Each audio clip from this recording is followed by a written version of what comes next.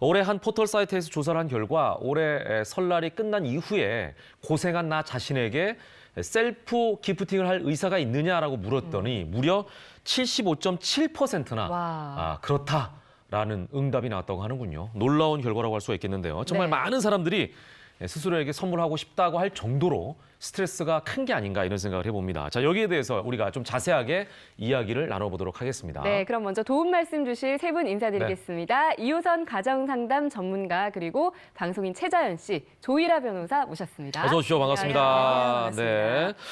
자, 명절 후에 자신을 위해서 보상 소비를 많이 한다라는 말씀을 드렸는데 실제로 명절이 지난 다음에 사실 스트레스를 풀기 위해서 보상 소비를 하신 경우가 있나요?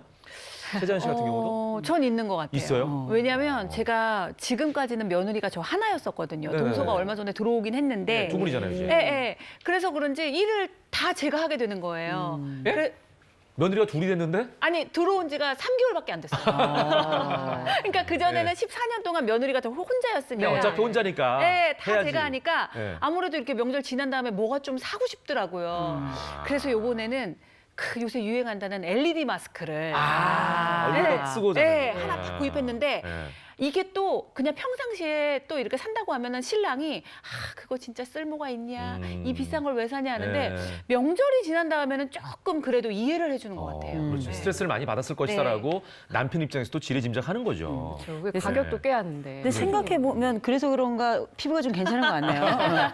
근데 사람이 우리가 명절을 지내면서 대부분 다 비슷한 생각을 하실 텐데 실제 우리가 명절이 됐을 때 많은 여성들이 특별히 굽고 찌고 묻히고 이런 걸 하는데 음식이 굽고 찌고 묻혀지는 게 아니라 사람이 굽고 찌고 묻혀지는 것 같은 느낌이 들죠.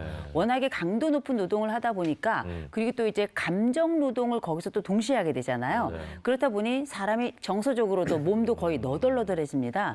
실제 그래서 명절이 끝나고 나면 이렇게 위축되었고 굉장히 약간 초라해진 것 같은 나를 위해서 약간 나를 빛나고 조금 더 나를 돋보이도록 하기 위한 보석이라든지 약간 과한 물건들을 사게 되는 경향들이 좀 있죠. 맞아요. 근데 남자들도 좀 그러지 않나요? 김현욱 씨는 어떠세요? 아우, 저도 이번에 4박 5일 동안에 쌍둥이 보느라고 너무 힘들었거든요. 아우, 쌍둥이 봐주는 분이 명절에는 또 쉬시잖아요. 그러니까 우리는 명절이 너무 쉬는 거죠. 그러고 난 다음에 스트레스 너무 받으니까 저 같은 경우는 술을 줍니다, 저에게. 술을 이렇게 부어주면 조금 나은 것 같은 느낌도 들고.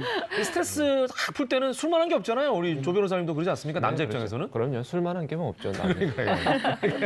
공감하시네요. 그러니까 저희 신랑도 이제 술을 먹는데 저희가 항상 시댁에 가면 이제 본가에 가는 거잖아요, 신랑은. 그러면 저희 신랑은 어렸을 때 살던 집이니까 동네 친구들이 또 그렇게 또 명절만 되면 거기에 모여요. 그러니까 집 앞에. 그러니까 모여가지고. 명절 마지막 날 3, 3, 5 모여가지고 이렇게 한 잔씩 하고 들어오는데 또 그것도 또 얄미워. 저는 집에 그래요? 있는데. 그래도 차라리 술이 난 경우도 있어요. 그래요? 예를 들어서 남자들은 소비를 잘 안 한다고 생각하시지만 사는 분들은 아주 정말 강단 있게 사시는 분들도 굉장히 많은데요. 제가 아는 분 중에 한 분은 이분은 뭔가 약간 일이 안 풀리거나 아니면 마음이 좀 불편하면 무조건 뭘 사는구나. 술이나 담배 이분은 안 하세요. 그냥 그래요? 사러 가세요. 뭘 사죠? 이분은 그렇다고 꼭 뭐 나쁜 건 아니에요. 낚시부터 등산 장비까지 장비처럼 생긴 건 집에 없는 게 없습니다. 제가 볼 때는 개업을 하셔도 될 정도예요. 그런데 사재기 하는구나. 이분이 이번에 정점을 찍었다고 제가 얘기 들었습니다. 집에 갔더니 오토바이까지. 아이고. 남자분들도 사실 때는 대단하시더라고요. 그러니까 차라리 술 먹는 게 낫네. 소주 한잔 하는 게. 아니 근데 조이라 변호사께서는 미혼이신 걸로 알고 있거든요. 네, 맞습니다. 혹시 이번에 명절 보상 소비 하셨나요? 어떠세요? 혼자 있는 분들은 또 편하잖아요, 사실. 그렇죠. 사실 뭐 명절 스트레스가 그렇게 큰 편은 아닌데 저는 이혼 전문 변호사다 보니까 이제 명절이 되면은 이혼 문의가 굉장히 급증을 합니다. 그래서 저희로서는 어떻게 보면 뭐 성수기라고 표현해도 과언이 아닌데 그것 때문에 이제 그 사무실에서 일하는 시간이 많다 보니까 허리가 너무 아프더라고요. 그래가지고 이제 그 1인용 소파인데 등받이랑 이게 발판이 완전 180도로 이렇게 누워질 수가 있는 게 있거든요. 자꾸 눕고 싶은 거? 네. 자꾸 눕고 싶어지는 그런 걸 하나 이제 샀는데 그게 100만 원이 넘는 건데 그냥 근데 이제 보상 심리로 네. 가서 샀어요, 이제 질렀어요? 사버렸거든요. 어. 놓으니까 아이고 소리가 저절로 나오는데 너무 편해요.